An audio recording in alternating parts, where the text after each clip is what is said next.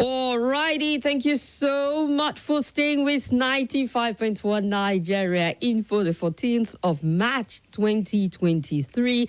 And by the weekend, would be having the governorship election across about 28 states in the country. And we sure hope that it's going to go smoothly, it's going to go hassle-free, and that the IREV will behave itself.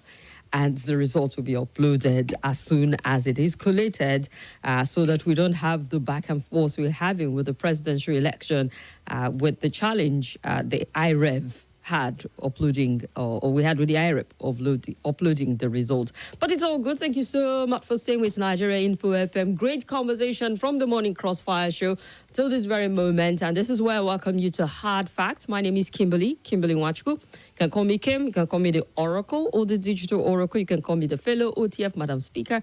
I'll say yes, yes, yes to them all. And I'm excited to be on the show with you today. Super excited also that my guest is with me in the studio. We have Bode Gbadebo, a journalist with us in the studio. Bode, you're welcome. Thank you, Kim. As usual, it's my pleasure to be here. Always a delight having you around. Thank you. Thank you so much for making it to the studio live. Let's start off looking at some of the big stories driving conversation. And one of them we've been talking about for weeks now. And that's the cash crunch situation, which after the Supreme Court gave an order insisting that we recognize the old 200, 500, and 1,000 Naira note as legal tender, we saw dilly-dallying from the part of the CBN, the banks, even citizens themselves. Some people refusing to collect the old notes. We got warning from state governors like Kaduna State Governor just recently. I think yesterday was the Lagos State Governor who was saying, take this money, transact with it, do commercial activities with it, because the CBN has given the go-ahead. You heard from the Supreme Court. We had Kogi State Governor also threatening sanction against any establishment, individuals who refuse to. But finally, we got word from the CBN. It feels like you just needed to hear from the CBN to say, all right, you know what the Supreme Court said? Listen to them. This is legal tender until the 31st of December.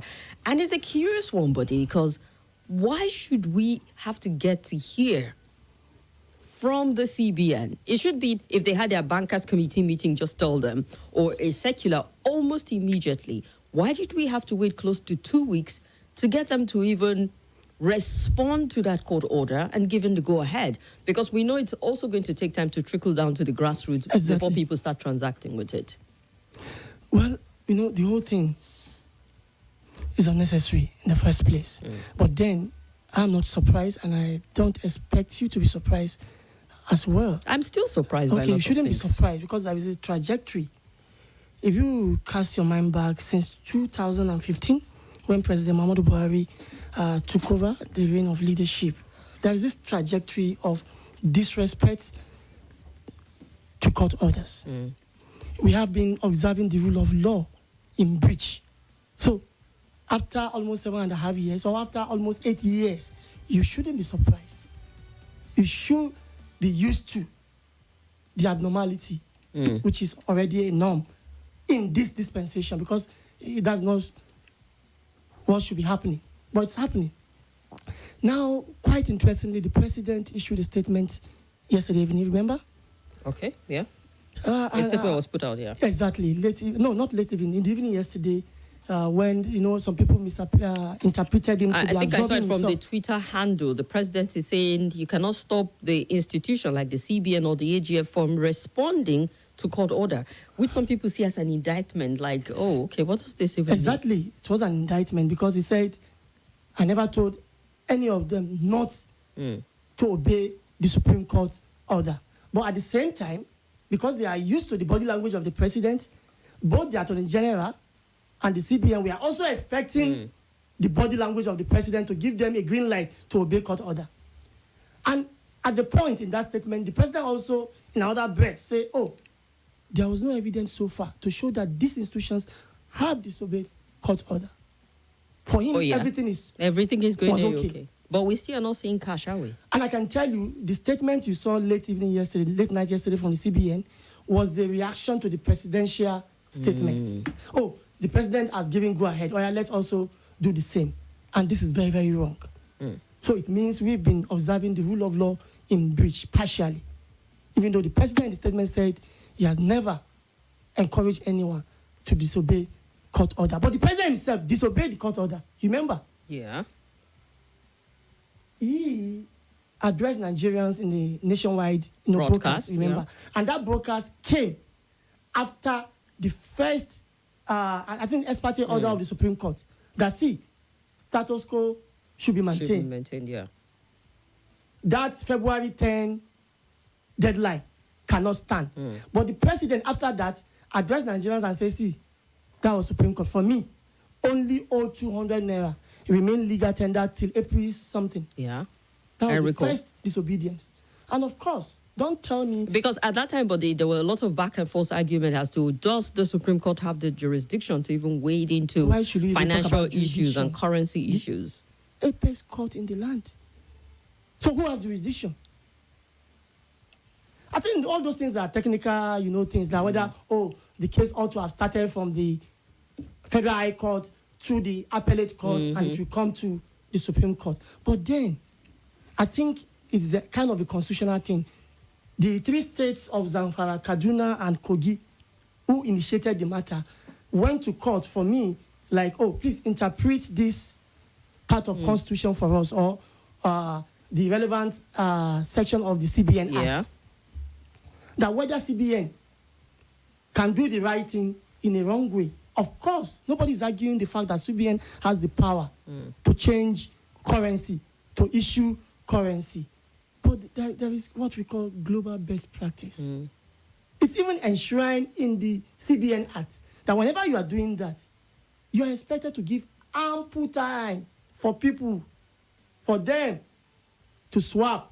Because it will have ripple effect. The economy will respond to it. To swap their old currencies with the new one so that nobody will lose this money. Because the intendment and the aim of that policy is not for anybody to lose his or her money. So what are you talking about? You gave Nigerians 1.5 months to change how many trillion of Naira? Haba. I think for me, I won't say that, I don't know whether here or somewhere else that. But that's not even just the case, but I recall that close to the deadline, a week before the deadline, I went to an ATM and I still got old worn-out currency. And I was thinking to myself, isn't it just a week to the deadline? Why are we still getting it? Well, a few days to it, people were still getting it. That's Nigeria. And I told you from the beginning now that you shouldn't be surprised. We are used to it. In fact, maybe when the president leaves in about how many months' time, a new president coming, probably... President-elect Bola Tinubu will change the narrative. Well, Governor of Kaduna State has said that the president-elect recalled before the election, it was even encouraging people there in defiance to the president, saying, hold on to your old note. You will not lose it. You are not going to lose it because the new president will ensure that you use it. Well, I'm not even talking about the money. I'm talking about the totality of rule of law. This country is a big country in Africa. A lot of smaller countries are looking up to this country. But unfortunately, we are doing things upside down. We don't observe the rule of law. So that's what I mean when I say I hope Tinubu will change the narrative. Not about the money per se, but in totality. We have to set example in whatever we are doing. So the president is guilty. He disobeyed the court order. But do you think the president, let's read this and I will throw out my question, that from the Twitter handle of the presidency of Nigeria, that President Buhari has also rejected the impression that he lacks compassion, saying that no government in our recent history has introduced policies to help economically marginalized and vulnerable people like the present administration. Just going back to the very beginning, President Buhari never told AG and CBN governor to defy Supreme Court order. The president wishes to react to some public concern that President Buhari did not react to the Supreme Court judgment on the issue of 500, 1,000 Naira old currency notes and state here plainly and clearly that at no time did he instruct the Attorney General and the CBN governor to disobey court order involving government and other parties. Now, since the president was sworn in office 2015, he has never directed anybody to defy court order in the strong belief that we can't practice democracy without the rule of law, and the commitment of his administration to the principle has not changed. Now, following intense debate about the compliance concerning the legality of the old currency note, the presidency therefore wishes to state clearly that President Buhari has not done anything knowingly and deliberately to interfere with or obstruct the administration of justice. The president is a micromanager and will stop the AGF and the CBN governor from performing detail of their duties in accordance with the law. In any case, it is debatable at this time if there's proof of willful denial by the two of them of the court of the Apex order of the Apex Court. And the directive of the president following the meeting of the Council of State is that the banks must make available for circulation all the money that is needed, and nothing has changed to that effect. It is an established fact that the president is an absolute respecter of judicial process and the authority of the court, and there is not done nothing in the last 8 or so years to act in any way to obstruct the administration of justice, cause lack of confidence in the administration of justice, or otherwise interfere or corrupt the court. And there is no reason whatsoever that he should do so now when he's getting ready to leave office. That a negative campaign and personalized attack against the president by the opposition and other manner of commentators is unfair and unjust, as no court order at any level has been issued or directed at him. Now, for the cashless system, CBN is determined to put in place. It is known fact that many of the country's citizens who bear the brunt of the suffering surprisingly support the policy, as they believe that the action would cut corruption, fight terrorism, build an environment of honesty, reinforce the incorruptible leadership of the president. It is therefore wide off the mark to blame the president for the current controversy over the cash scarcity despite the Supreme Court judgment. The CBN has no reason not to comply with court order on the excuse of waiting for directive from the president. Now, this part is also very instructive. Exactly. To saying that the CBN does have no order. This is, figuratively speaking, throwing them under the bus. But it's a good one. It's a good one. It will be a lesson for all heads of government agencies. But I can tell you that this statement you read is a catalogue of falsehood. In what way? Good. First, the writer, who is the presidential media aide of the president, very, very unfortunate, our big boss, you understand, said the president knowingly did not, in any way, or deliberately, yeah. or deliberately obstruct the course of administration of justice. So inadvertently. It's not true. Okay. President Buhari, I just told you, addressed the nation in defense of the Supreme Court ex parte order that only 200 Naira old notes should be legal tender, when actually the Supreme Court said all the higher denominations, 200, 500, 1,000. Now, having done that, whether with the advice of the Attorney General of the Federation, the number 1 law officer, or not, and you later realized that that wasn't okay, what are you supposed to do? You correct the impression. You correct that mistake. Like coming back, the way you committed the first, blunder, you come out again and say, okay, we are just realized this is not good. In the interest of rule of law, I am undoing myself. So that's number 1. Number 2 is the CBN, they threw under the bus. That's very, very good. Others will learn lesson. That the CBN had no excuse whatsoever not to obey court order on the pretext that it is waiting for the president. That was where I said they were waiting for a body language. They got the body language, even though they threw them under the bus before they did the right thing. By issuing their own press statement again, all old notes are now legal tender. And nothing will happen. Okay, the case before the Supreme Court that have been decided, the Office of the Attorney General of the Federation coordinated the lawyers who represented the federal government. By implication, the Attorney General of the Federation was the face of the federal government in that matter, while Attorney General of various states represented the states of the Federation. Remember, now you got the judgment. What are you supposed to do as Attorney General? You tell your principal, Mr. President, this is a situation of things. We have to do this right now. Nothing like that. So on his part also. Of course. Complicit. And the president, who also said he never told anyone not to obey. But then you never told them not to obey, but you have seen them not obeying.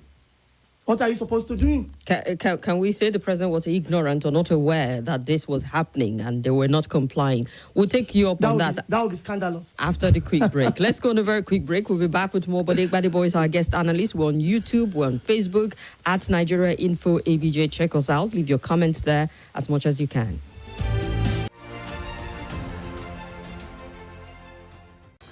Hello, my name is Kimberly. I'm the host of Hard Facts. And I bring you the biggest stories driving conversation every weekday here on 95.1 Nigeria Info Hard Fact Show. I love to get your opinion and conjectures, but the facts you cannot dispute here on Hard Facts. Join me and let's talk.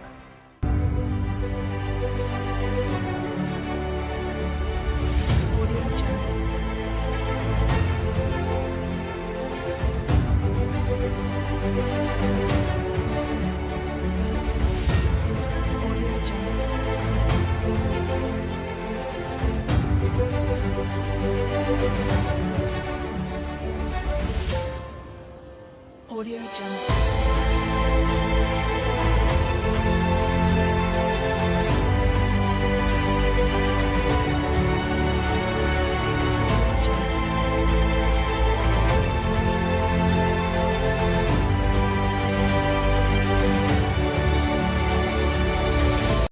This is Nigeria Info. Nigeria Info.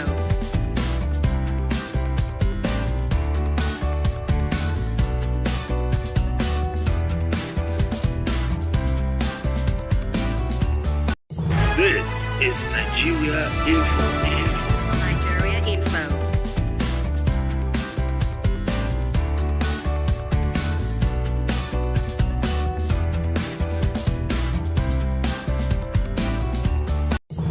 This is Nigeria Info. Not responding and waiting for some sort of body language, and the presidency almost throwing them under the bus at this point in time, saying you should have. I haven't stopped anyone from doing that. But do you think that the presidency is responding and commenting on this because of the threats, subtle threats coming from the governors who took the case to Supreme Court saying, we're giving you till Tuesday. If you do not respond to this, it was directed to the AGF and the CBN governor, we are going to go back to the court. And this time it's going to be a case of contempt of court. And so this is just being reactive to the position of the governors at this point. Yeah, probably to save their face. That's one. Then number two. It would have been embarrassing exactly, to take number them. Two is the threat also by the Nigerian Labour Congress that gave, I think, 14 days or 7 days. Yes, ultimatum. Yes, for the federal government to end the fuel scarcity and the Naira scarcity. And I think for me, maybe they were afraid there could be civil unrest. So probably third one is all these social-cultural groups. You think this government government has been concerned about social unrest? They've not, but then at this point, it may be unnecessary. They may not be able to contain it, so they might be concerned. So quickly, they issue a lengthy statement, cataloging things that are not true, honestly. And hours later, the central bank issued a statement to do the right thing. You can put the puzzle together. Yeah. Obviously waiting for the presidency to respond. Exactly. But then from the get-go, from the jump, it's been obvious that most of it has been coming from the presidency. I mean, when the president had that broadcast and said 200, shortly after the court injunction, there's a term for what they used initially. It wasn't a court order then. It was like the president coming out to tell Nigerians, I gave him the order. Yes, he also says so, that the monetary policy was... So CBN might not be completely out of line, waiting for that body language to positively respond to the outcome of the Supreme Court order. It's an independent agency of government. Is it? Yes, backed by the law. It's operating within the ambit of the law. Do things according to law, not according to the whims and caprices of some persons. Now it shows that, as good as this new Naira note policy, the Naira redesign policy may be, it shows that, probably we may not begin to start to believe Tinubu to say, it was done to stop his electoral victory. Things like that. Unnecessary things. And the whole world is going cashless. Nigeria cannot be an exception. And the cashless policy thing wasn't started by Buhari administration. It started gradually since the Jonathan administration. So I don't know what the force is all about. The dramatization of the whole thing. You understand? So there's nothing new about the policy, but the implementation timeline. And the implementation, a lot of critics will say, and Nigerians will say, has been very shoddy. It almost inflicting sovereign, which is something that the president also responds to in that message, saying it's a little upsetting saying that I do not respond to the suffering of the people, but people have gone through harrowing experience this period. The president gets newspapers every day, watch television. Would love to believe that. He's the president. He should be getting updates daily. Honestly, on whatever threatened security. Honestly, you can see it on TV every day, in the newspaper report, radio, report that people were lamenting they were not getting cash. And you kept quiet for 2 weeks since after the Supreme Court verdict. In fact, they have also succeeded in ridiculing the Supreme Court, the highest court in the land. Let's come to the NLC. You also wonder, why was Labour too quiet? I mean, some people, I've read a lot of comment on this saying Labour should have swung into action a lot earlier. I mean, if you look at the fuel scarcity itself, it's mind-boggling. What exactly is going on? I don't know. I mean, what has really changed for us to have this consistent scarcity? Even with now that it's easing out, one isn't just confident that it's gone for good, because you blink and the next week you are seeing tall queue building up all over again. So you start to ask, what exactly has changed? What are they introducing that is the variable that is causing this consistent, non-stop queue that we're seeing? And also, how long with this directive or the statement put out by the CBN, is it any guarantee that they're going to have throw open their votes, throw money out there? How much are they willing to put out in circulation? What's the grand agenda? Because at this point in time, that's another thing. So why didn't Labour swing into As action? we Is this speak, I'm not perfect sure timing? people have the cash, but I'm getting reports as we speak in some state that ATMs are now dispensing old notes. People can have access to cash, and nobody will. How much of it? Because I drove That's past another thing. GT Bank. I had dispense error. I wanted to resolve. Oh my The God. crowd I saw, I when you say take I've also 2 step walked backs. past some banks where I saw crowds. Ah. So I don't know what they are. Whether it's about the cash or maybe they want to resolve some things with the customer service desk. So I think for the fuel, we don't have fuel scarcity, Kim. What do we have then? What we have is a syndrome called profiteering and racketeering in the downstream petroleum sector, denying us this product. And nobody's doing anything about it. I told you I traveled at the weekend. For the big fuel stations, no fuel. But for the unknown ones, That sell black market. they have fuel. So where are they getting it from? They are selling 300 naira per liter, 320 per liter. So where are they getting the fuel from? So I can tell you, it's the same major marketers who will get the fuel and say, I can't sell beyond official price. I'll be blacklisted. Okay, you are unknown. Take it. Sell. Let's split this profit. And we're saying the giant of Africa with a functional government that is Exactly. not in a state of chaos of any sort Exactly. cannot correct this. Exactly. Quite unfortunate. And that's why I said a lot of things need to be The changed. president is the Minister of Petroleum. This is right directly under Nobody's his even talking nose. about that. Nobody's talking about that. Nobody's talking about that. Quite unfortunate. And I don't know whether for that too, he will issue a statement one day and say, I'm not responsible. Hold Timipe Silva, the Minister of State, responsible. I mean, also why Timipe Silva is in his office at the Ministry of Petroleum Resources. The blame game. But do you see the next government? I know you don't have a crystal ball, but then That's correct. do you see them solving It's this possible. in the shortest possible Probably time? If the next government is coming with a clear-cut agenda to right the wrongs, bring in the right people to man the offices, no any sinister motive, they can do it. But with removal of subsidy, by any chance of any of this? Let's when we get to the bridge we cross, I don't even cross it. believe them. Ah. I don't believe them. Let's get to the time. There is a timeline. Let's get to the time. Let's look at some comment quickly before we get to the next story. We have quite a number of them. Let's start with the ones on YouTube at Nigeria Info ABJ. Ibrahim Hajara, thank you very much. We see you. Peter Asu says, good evening. Till now, people still blame the CBN governor instead of the president. What is the difference between the presidency and the president? Ebere Joseph Ani Ministry says, good afternoon, Kim, and to our guest. Please, if you didn't vote Tinubu, don't call him president. Okay, we'll leave that one out. Tobom Tok says, it's not fair that a media spokesperson would say that the president has never intentionally disobeyed court order. It is in these technicalities, okay? It is in these technicalities that lead a system to collapse. And David Samuel from Irate says, Baba knows what he's doing. El Zagzaki is a typical example. Wadiora Emma Paul says, it's unfortunate what is happening. I can no longer believe that the president is not aware of what's happening. I want to say that there is no way to make people suffer. He's been doing that for a long time now. Okay, then. Let's look at more comments. Okay, our guest needs to excuse himself briefly, but let's look at more comments until he gets back here. Pius Quado says, Mr. President has hitherto ruled by decree and is hesitant adjusting to a democratic culture even after 7 years of civil governance. Our president has not been straight and sincere to Nigerians. He says one thing, but he does another. Kamar Ibrahim, that's coming from Ikechi Ugweje. And Kamar Ibrahim says ego came into play. Barry doesn't want to appear stupid in the midst of policy that is not working in the interest of the people. He swore an oath to protect. On the other hand, CBN knew that the policy had failed, but was hiding behind the president, who got smarter to exonerate himself. Abubakar Musa says Emefiele has said it all, but that is not certified by Nigerians. Until the president says something about the old note, then the currency will remain a legal tender.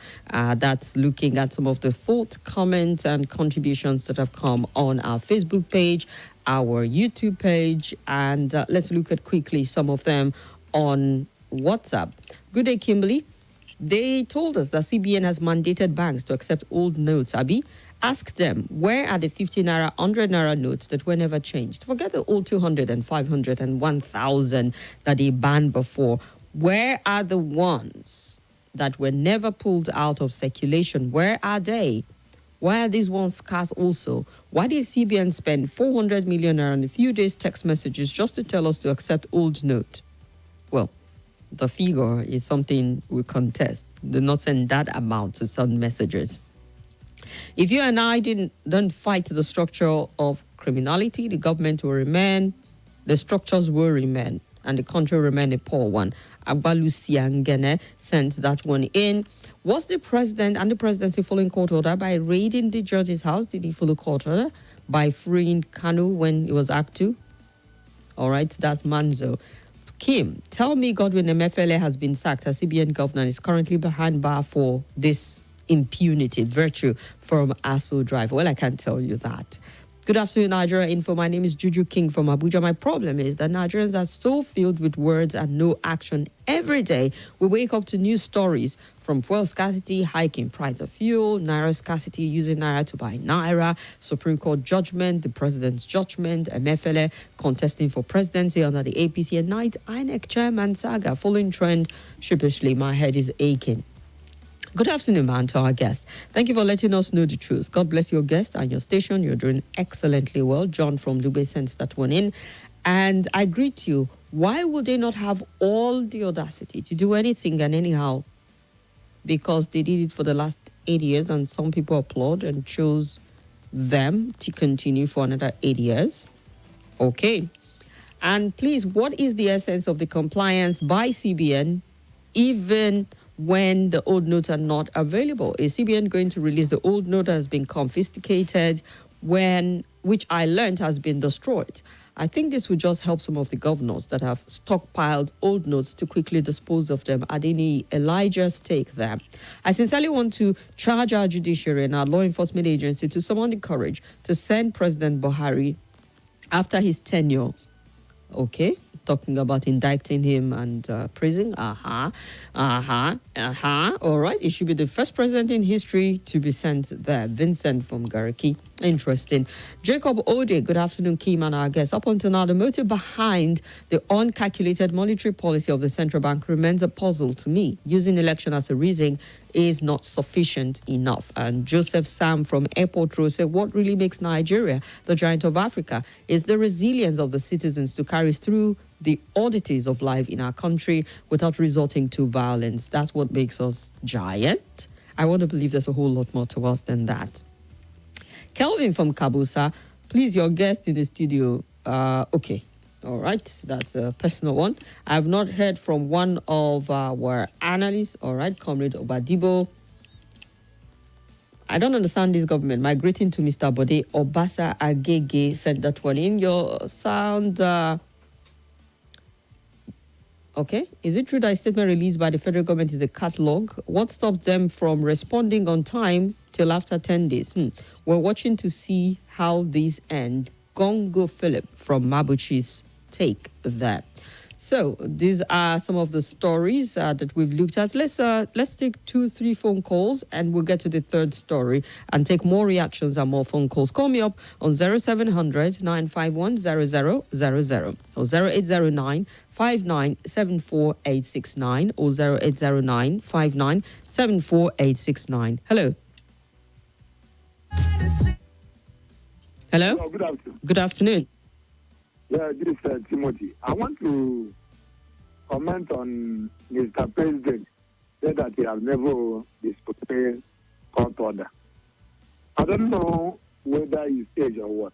I remember during the time of Dasuki, the High Court, how many order for his release?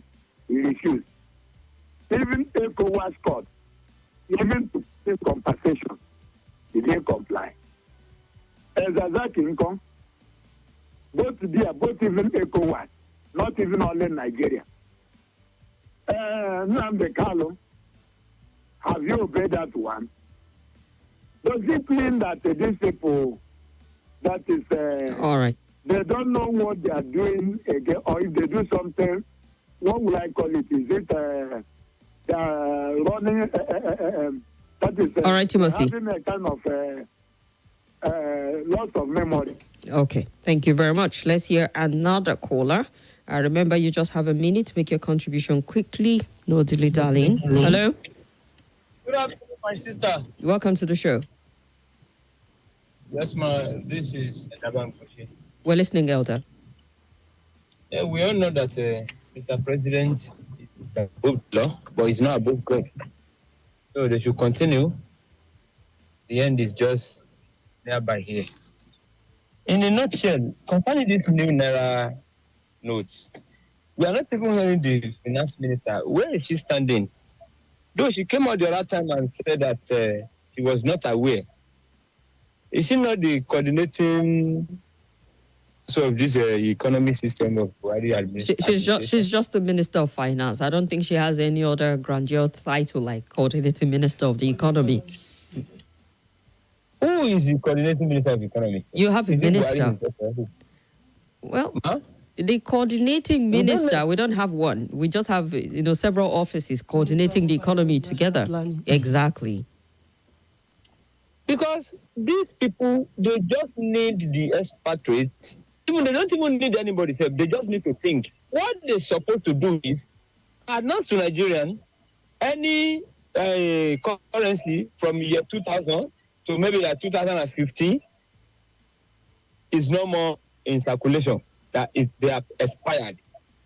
All right, from 2015 upward, you cannot spend the money. That is the only thing they need to do than withdraw the old Naira notes, pack all the new Naira notes, and go and hide the whole money, putting Nigerians in problem here and there. All right, thank you very I much. have the old Naira note now, and they are not accepting it. What can we do? Who do we listen to here now? Yeah, that's the interesting part of it. The fact that even the regular Niger on the street isn't ready to accept it. Good number of people are turning it down. Hello. Welcome to the show. Mr. Bode can barely hear you. Your line isn't so clear, so we'd have to drop your call. Hello. Yeah, Mr. Kim, good afternoon. Welcome to the show. Thank you. I greet Mr. Bode. Thank you. You comment taken. I want to ask my brother, Mr. Bode, the country that the law, the leaders, that doesn't obey the law of the land. Is that country a civil society? And I want to congratulate the governors that took the message to court. Now they should now bring out those only the start for election. At least election is coming on Saturday. They should bring it. Even the supporters are hungry. You understand? They should bring it. Let the people see money in circulation. You understand? And the MFA should know that no president, both present and past, has been charged to court. time those who use him now, after using him, by the time they will start beating him, even the president cannot All right. save him. Thank you. Thank you very much. And Wadiora Emmanuel Paul says it's unfortunate what is happening. I can no longer believe that the president is not aware of the happenings. I want to say that this is his way to make people okay. So I think we read that before. Thank you very much. But let's look at one more story quickly. And this is something that the senior advocate of Nigeria is trying to unravel, saying that the 2023 polls destroyed the myth of political structure. The human rights activist and lawyer Femi Falana said the February 25 presidential and National Assembly election destroyed a lot of myths that hitherto prevailed in the nation's political space. He said in spite of the challenges related to the polls, many positives were recorded, including the destruction of the myths of political structure. And he spoke during a TV program. He says he just concluded the election. The people showed that they are the structure, that there are some positive development that were recorded. For instance, the myth of this political structure has been destroyed, where people have shown that we are the structure and the people are the structure ultimately. Secondly, young people have also shown this time around that they're going to determine the future of Nigeria. Thirdly, you no longer have to be a money bag to contest election in Nigeria. He also threw in another development, that whereas the Senate chamber has been converted to a resting home for former governors, this time around, many of the governors lost their seats. They lost in the election, and so they won't be able to go back to the National Assembly.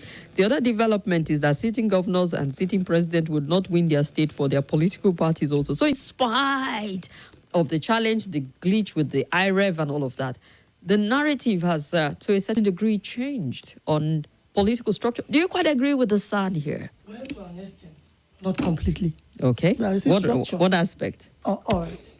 Yes, the Labour Party presidential candidate, Mr. Peter Obi, actually had a good outing. Surprisingly, he proved bookmakers wrong. Even for me, I was one of the people who say, "Oh, he may not, make any significant impact." But then, at the end of the day, he surprised all of us because he made good outings where he actually won. So, in his own case, you may say, "Yeah, there were no structure," and he was able, because of his personality, he was able to record those things. But I can tell you, all the places where Tinubu won, who is the eventual winner, where Atiku won, structures help both of them to win. So Peter Obi is the only exception. But isn't that also a sign, positively, that perhaps we might be shifting? If one can pull it off, who knows? The consistency of this is one. That's the correct thing to say, that we might be shifting. But now it would be wrong to say completely, because of the outcome of the 2023 presidential election, there is no more structure, or structure are no longer necessary. Or perhaps the operational definition of structure is changing, because he's not saying, oh, there's no more structure, but the people are the structure. These institutions or whatever system you've put in place to manipulate or it's been deconstructed. Exactly. To tell you that perhaps it might not just be money. It just might be the people and the will. And, wanting to just send a message differently. It's the journey, but we're not there yet. We are, certain structures no longer determine the winner. Now people will determine the eventual winner. But yes, there are still structures. But yes, given there will be a surprising outing, we are moving away from the traditional, pattern. But when they talk about, sitting governors and the likes of that not returning, that also was something quite, surprising, because we always say that the Red Chamber is like a retirement home for a lot of people who have served. And, a lot of politicians are like career politicians. They serve in one capacity. It's almost difficult for them to just retire and be out of that space. A lot of them actually overrated themselves and down. If those elections were to be cancelled and beyond what they have, not winning fair, through Magoma, anyway, they will win. Because they have money at their disposal, they have state security apparatus at their disposal. And these are the things they've been using to win. But in this case, they were taking off guard. They underrated their opponent. They underrated their opponent. Oh, Labour Party. And look at the results. And that's why today they say an Okada rider is the member-elect of the Federal House of Representatives. But that may not be the case everywhere. Kaduna could be an exception where it happened. In Abuja, we elected the second female senator. You know, there used to be one. Yeah. Kairat Gbadebo from Kwara State, a Yoruba woman. Now another Yoruba woman will represent Abuja. Ireti Kingibe. Ireti Kingibe. And one wouldn't have thought it would have been easy to knock off the person who's there Of and course, been there son for a of the while. soil. But because of the Labour Party, you know, umbrella, so to say. But then, this is not the first time this is happening. It happened when the then General Muhammadu Buhari formed the Congress for Progressive Change, CPC, when he left AMPP and formed CPC. So for people that followed him, all manners of people contested the election and they won with Buhari's name. Even when Buhari lost the presidential election, people won in 2003, 2007, Yeah. 2011. Buhari was contesting, he was losing the election. Why people contesting on the same platform with him, the same platform of his party, even using his own photograph on their poster to show that I belong to Buhari's camp, they were winning. So they have done the same thing for Obi. I hope Obi will be able to keep Sustain the momentum. momentum. If you allow it to fizzle away, that will be the end. That'll be the end. It will just be a flash in the pan. All right, then. Let's hear one or two. Let's hear more phone calls before we go for the news break, and then we'll hear more from you. Stay with us. The number is 0700 951 0000 or 0809 9930 137 or 0809 5974 869. Hello. You're welcome. Thank you, Mr. Bode. I greet you. Can you hear me well now? A lot better, yes. Thank you, my dear sister. This is Adeomi calling. Thank you. Mr. Bode, you media, I want to ask you, and Mr. Bode, I want to direct... Adewumi, stay on track. Stay on track with the stories we're talking about. Buhari drive in this our sufferness. I will not blame Emefiele or Malami.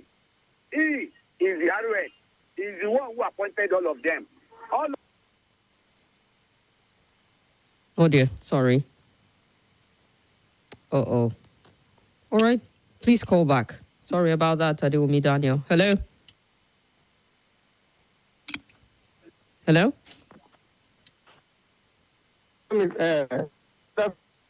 Welcome, what's your name? My name is... I'm calling from it. Yeah, connection is bad. I can hear... But we can't hear you, sorry about that. Call us back. Hello? You're welcome. Good afternoon. Good afternoon, sir.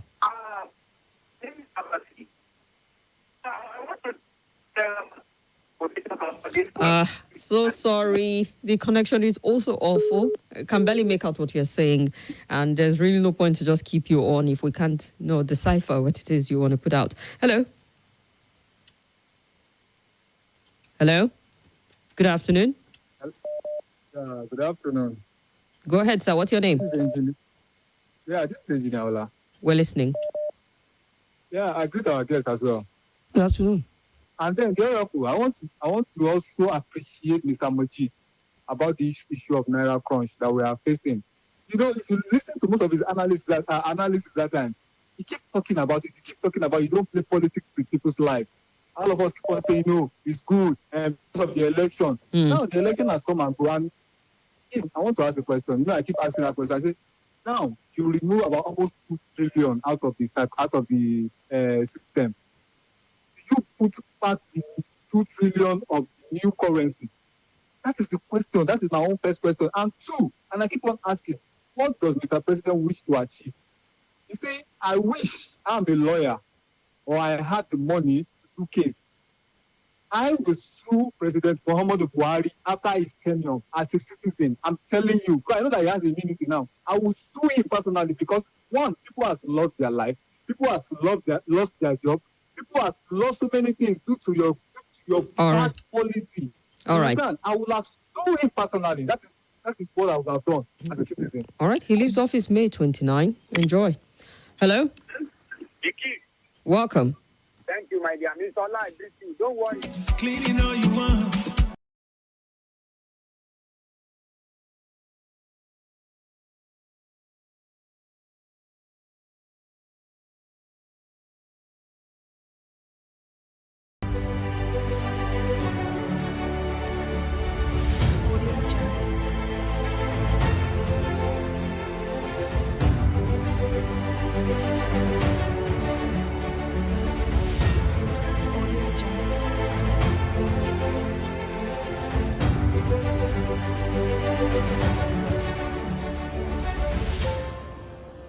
Audio Jungle.